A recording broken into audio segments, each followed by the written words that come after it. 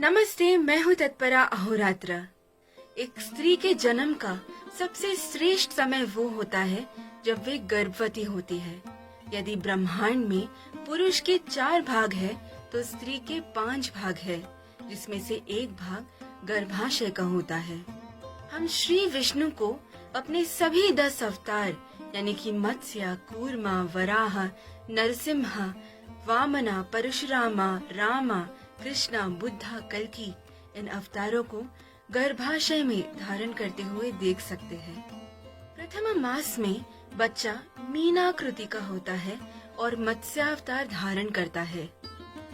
दूसरे मास में बच्चे के चारों तरफ हाथ और पैर आते हैं, जिससे वे कूर्मा अवतार धारण करता है। तीसरे मास में बच्चा वराह स्वामी के अवतार को धारण करता है और नन्हे सुअर की आकृति में पाया जाता है।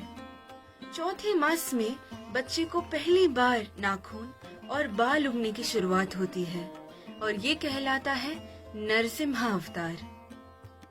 5वें मास में बच्चा एक कुब्ज मानव, नन्हे मानव के आकृति में पाया जाता है और कहलाता है वामना अवतार। 6वें मास में बच्चा एक पूर्ण मनुष्य की आकृति में आ जाता है, परंतु उसमें किसी भी तरह के भावनाएं उत्पन्न नहीं हुई होती है, इसीलिए वो कहलाता है परशुराम अवतार। 7वें मास में बच्चे में भावनाएं उत्पन्न होने की शुरुआत होती है, इसीलिए वे कहलाता है मर्यादा पुरुषोत्तम श्री राम अवतार। 8वें मास में बच्चे में बुद्धि उत्पन्न होती है। श्री कृष्ण गीता का सार बच्चे में भरते हैं, इसीलिए वे कहलाता है कृष्णा अवतार।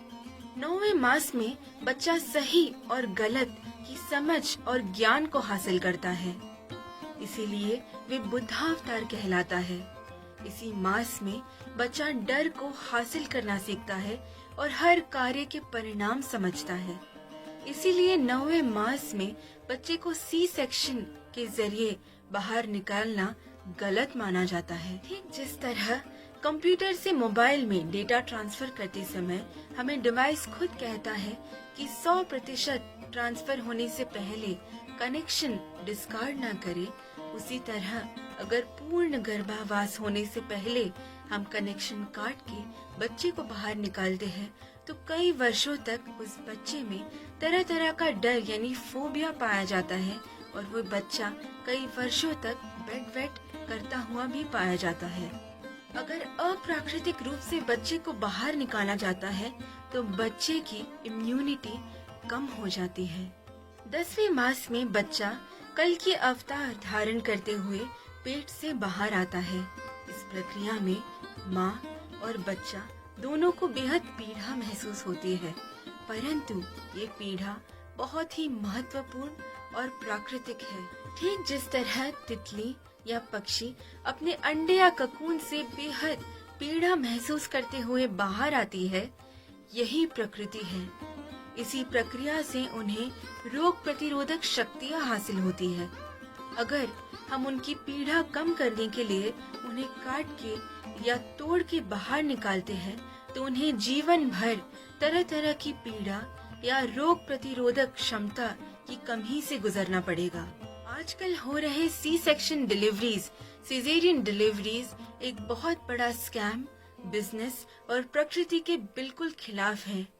अगर प्राकृतिक रूप से छोड़ा जाए तो 99% यानी 99% डिलीवरीज नॉर्मल होंगी। मात्र कुछ ऐसे गंभीर परिस्थितियों में, जैसे कि अगर बच्चे का सर आने वाले रास्ते से बड़ा है, तब वहाँ पर सिजेरियन डिलीवरीज होनी चाहिए और ये सिर्फ 1 या 2% पाई जाती है, यानी कि कम से कम 95% डिलीवरीज नॉर्मल होनी चाहिए। परंतु आज 90% से ज्यादा सिजेरियन डिलीवरीज हो रही है और ये इसीलिए क्योंकि मेडिकल इंडस्ट्री ना ही सिर्फ पैसा कमाना चाहती है, लेकिन लेबर पेन के इंतजार ना करते हुए अपना समय भी व्यर्थ नहीं करना चाहती। हमारा समझदार और सतर्क होना बेहद जरूरी है। ज्ञान डर को मारता है और अगर डर नहीं है तो कोई भी आप पे सवारी नहीं करेगा। आजकल कितने ही महिला कार, ऑटो, यहाँ तक कि उद्यान में डिलीवरी करती हुई पाई गई है। इसका सबसे बड़ा उदाहरण है ये वीडियो, जहाँ पे एक साहसिक स्कूल टीचर मात्र एक फोन कॉल के जरिए मेरे पिता के इंस्ट्रक्शंस का पालन करते हुए उद्यान में ही बच्चे की डिलीवरी करती है। ये है ज्ञान, अनुभव और साहस की महिमा, और हम सब ये कर सकते हैं। धन्यवाद। तत्परा अहोरात्र।